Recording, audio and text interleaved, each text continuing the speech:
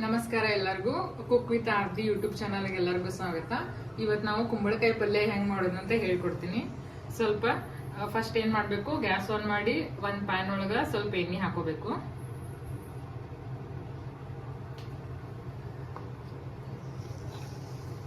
ಎಣ್ಣೆ ಬಿಸಿ ಆಗೋ ತನಕ ಸ್ವಲ್ಪ ನಿಂದಿರ್ಬೇಕು. ಎಣ್ಣೆ ಬಿಸಿ ಆದ ನಂತರ ಸ್ವಲ್ಪ ಸಾಸಿವೆ ಹಾಕೋಬೇಕು. ಇದಕ್ಕ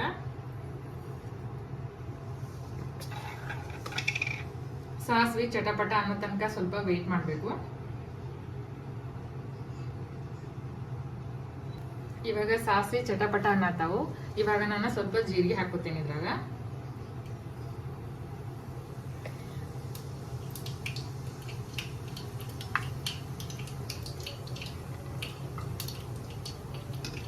ಇವಾಗ ಸಾಸಿವೆ ಜೀರಿಗೆ ಎರಡು ಉಳ್ದಾವು. ಇವಾಗ ಬೆಳ್ಳುಳ್ಳಿ ಮತ್ತೆ ಹಸಿಮೆಣಸಿನಕಾಯಿ ಎರಡು ಸಣ್ಣಗೆ ಹೆಚ್ಚಿದ್ದಾವು, ಅವನ್ನ ಹಾಕೋತೀನಿ.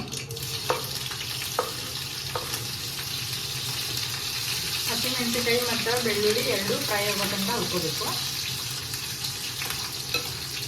ಸ್ವಲ್ಪ ಲೈಟ್ ಬ್ರೌನ್ ಆಗೋ ತನಕ ಹುರ್ಕೋಬೇಕು. ಅವೆರಡು ಆದ ನಂತರ ಇವಾಗ ಸಣ್ಣಗೆ ಹೆಚ್ಚಿರೋ ಉಳ್ಳಾಗಡ್ಡಿನ ಹಾಕೋತೀನಿ. ಇದ್ರಾಗ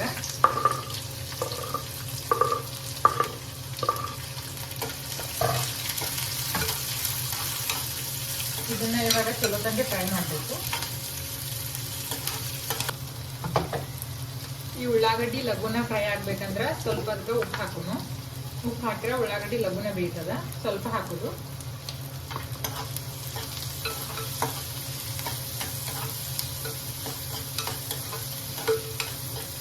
ಈ ಉಳ್ಳಾಗಡ್ಡಿನ ಸ್ವಲ್ಪ ಲೈಟ್ ಬ್ರೌನ್ ಆಗೋ ತನಕ ಹುರ್ಕೋಬೇಕು. ಈಗ ನೋಡಾತೀರಿ ನೀವು, ಉಳ್ಳಾಗಡ್ಡಿ ಸ್ವಲ್ಪ ಸ್ವಲ್ಪ ಹುರ್ತಾವು.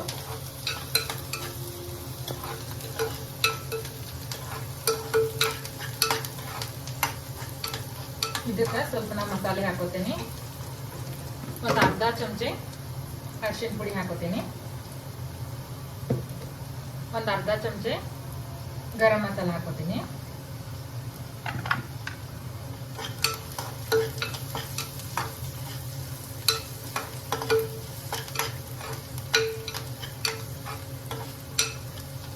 ನೀವು ನೋಡಕತ್ತಿರ್ಬೋದು, ಇವಾಗ ನಾನು ಹಸಿ ಖಾರದ ಪಲ್ಯ ಮಾಡತ್ತೇನೆ ಅನ್ಕೊಳ್ಳೆ. ಇದಕ್ಕೆ ನಾನು ಕೆಂಪು ಖಾರ ಹಾಕಂಗಿಲ್ಲ, ಯಾಕಂದ್ರೆ ಆಲ್ರೆಡಿ ನಾವು ಹಸಿ ಮೆಣಸಿನಕಾಯಿ ಹಾಕೊಂಡಿದ್ದೀವಿ. ಇವಾಗ ಇದಕ್ಕೆ ನಾವು ಸಣ್ಣಗ ಹೆಚ್ಕೊಂಡ ಮ್ಯಾಲಿನ ಸಿಪ್ಪಿ ತೆಗೆದ ಸಣ್ಣಗ ಸ್ವಲ್ಪ ಹೆಚ್ಕೊಂಡೇನಂತ ಕುಂಬಳಕಾಯಿನ ಹಾಕೋತೀನಿ. ಕುಂಬಳಕಾಯಿ ಹಾಕೊಂಡ ಚೆನ್ನಾಗಿ ಫ್ರೈ ಮಾಡ್ಕೋಬೇಕು.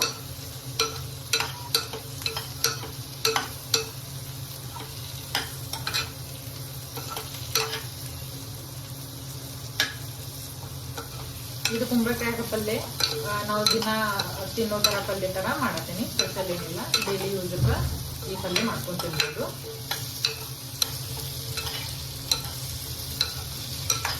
ಇದು ಕುಂಬಳಕಾಯಿ ಕಲರ್ ಚೇಂಜ್ ಆಗತಕ್ಕ ಸ್ವಲ್ಪ ಹುರ್ಕೋಬೇಕು. ಇನ್ನೊಂದು ಸ್ವಲ್ಪ ಉಪ್ಪು ಹಾಕ್ತೀನಿ ನಾನು. ಇನ್ನೊಂದು ಸ್ವಲ್ಪ ಹಾಕೊಂಡಿದ್ದೆ.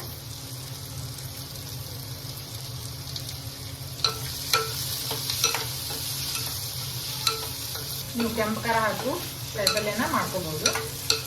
ಈಗ ಒಂದ್ ಮೆಥಡ್ ಹಸಿ ಖಾರ ಹಾಕಿ ಮಾಡ್ಕೊಳ್ಳೋದು. ಉತ್ತರ ಕರ್ನಾಟಕದಾಗ ಎಲ್ಲಾ ಟೈಪಲ್ಲೇನೋ ಹಸಿ ಖಾರ ಹಾಕಿ ಮಾಡ್ತಾರ. ಅದಕ್ಕೆ ನಾನು ಇವತ್ತು ಹಸಿ ಖಾರ ಹಾಕಿ ಫ್ರೈ ಮಾಡ್ತೀನಿ.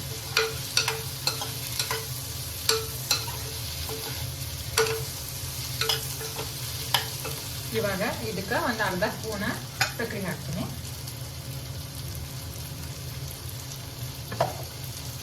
ಖಾರ ಮತ್ತು ಉಪ್ಪನ್ನ ಸೆಟಲ್ ಮಾಡಕ ಸ್ವಲ್ಪ ಸಕ್ಕರೆ ಹಾಕ್ತೀವಿ. ನೀವು ಬೇಕಾದ್ರೆ ಬೆಲ್ಲನೂ ಹಾಕೋಬಹುದು. ಈಗ ನಿಮ್ಗೆ ಕಾಣಿಸ್ತಿರ್ಬೋದು, ಸ್ವಲ್ಪ ನೀವು ಕುಂಬಳಕಾಯಿ ಕಲರ್ ಸ್ವಲ್ಪ ಚೇಂಜ್ ಆಗೈತಿ.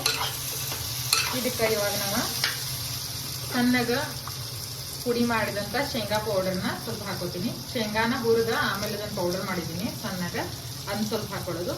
ಅಂದ್ರೆ ಅದು ಕಾಯಿಪಲ್ಲೆಗೆ ಸ್ವಲ್ಪ ಥಿಕ್ನೆಸ್ ಬರ್ತೈತಿ. ಇದನ್ನ ನಾವು ಉದ್ರ ಪಲ್ಯ ಮಾಡತ್ತೀವಿ, ಅದಕ್ಕೆ ಅದು ಸ್ವಲ್ಪ ಅಂಡ್ಕೊಳ್ಳೋ ಉಪ್ಪ ಖಾರ ಎಲ್ಲ ಅಂಡ್ಕೊಳ್ಳೋ ಸಲುವಾಗಿ ಈ ಶೇಂಗಾ ಪುಡಿನ ಹಾಕ್ತೀವಿ. ಉತ್ತರ ಕರ್ನಾಟಕ ಸೈಡ್ ಕಾಯಿಪಲ್ಲೆ ಒಳಗೆ ಎಲ್ಲಾ ಕಾಯಿಪಲ್ಲೆ ಒಳಗೆ ನಾವು ಶೇಂಗಾ ಪುಡಿನ ಹಾಕ್ತೀವಿ, ಗೊತ್ತಿರ್ಬೋದು ನಿಮ್ಗೆ.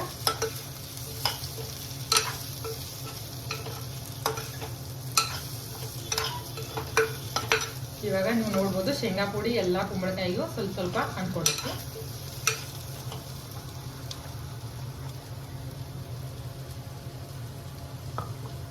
ಈ ಕುಂಬಳಕಾಯಿ ಕಾಯಿಪಲ್ಯನ ಬಿಸಿ ಬಿಸಿ ರೊಟ್ಟಿ ಮೊಸರ ಮತ್ತು ಕುಂಬಳಕಾಯಿ ಜೋಳ ತಿಂದ್ರೆ ಚಲೋ ಇರ್ತೈತಿ.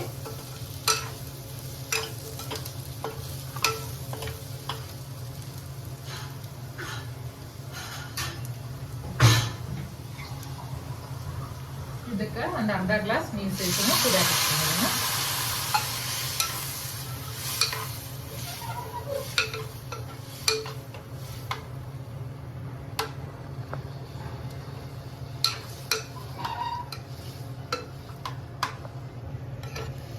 ಸಣ್ಣಗೆ ಫ್ಲೇಮ್ ಇಟ್ಕೊಂಡ ಗ್ಯಾಸ್ ಫ್ಲೇಮ್ ಇಟ್ಕೊಂಡ ಪೂರ್ತಿ ಈ ಕುಂಬಳಕಾಯಿ ಮೆತ್ತಗಾಗೋ ತನಕ ಬೇಯಿಸ್ಕೋಬೇಕು.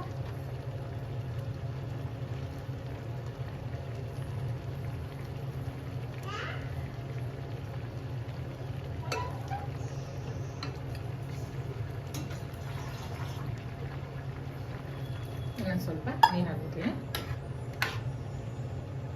ಉಪ್ಪು ಚೆಕ್ ಮಾಡ್ಕೋಬೋದು. ಕಡಿಮೆ ಇತ್ತಂದ್ರೆ ಇನ್ನೊಂದು ಸ್ವಲ್ಪ ಉಪ್ಪು ಹಾಕೋರಿ. ಇದಕ್ಕೆ ಈಗ ಉಪ್ಪು ಕರೆಕ್ಟ್ ಆಗೈತಿ. ನಾ ಇನ್ನೇನು ಹಾಕಂಗಿಲ್ಲ ಉಪ್ಪ.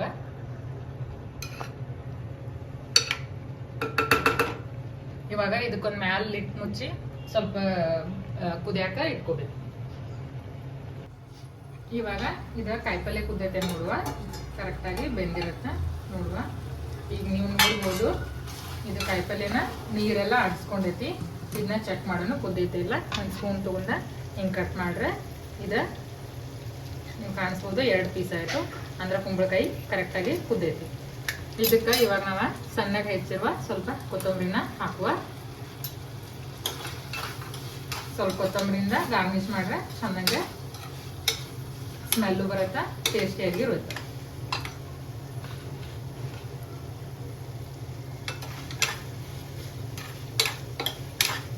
ನೋಡ್ತಿರ್ಬೋದು ನೀವು ಹೆಂಗಾಗೈತಂತ. ಇದು ರೊಟ್ಟಿ ಚಪಾತಿ ಜೋಡಿ ಅನ್ನದ ಜೋಡಿನೂ ತಿನ್ಬೋದು. ಇದ್ರ ಜೋಡಿ ಮೊಸರು ಹಚ್ಕೊಂಡು ತಿಂದ್ರೆ ಇನ್ನೂ ರುಚಿಯಾಗಿರುತ್ತೆ. ಇವಾಗ ಇದನ್ನ ನಾನು ಒಂದು ಬೌಲ್ಗೆ ಟ್ರಾನ್ಸ್ಫರ್ ಮಾಡ್ತೀನಿ.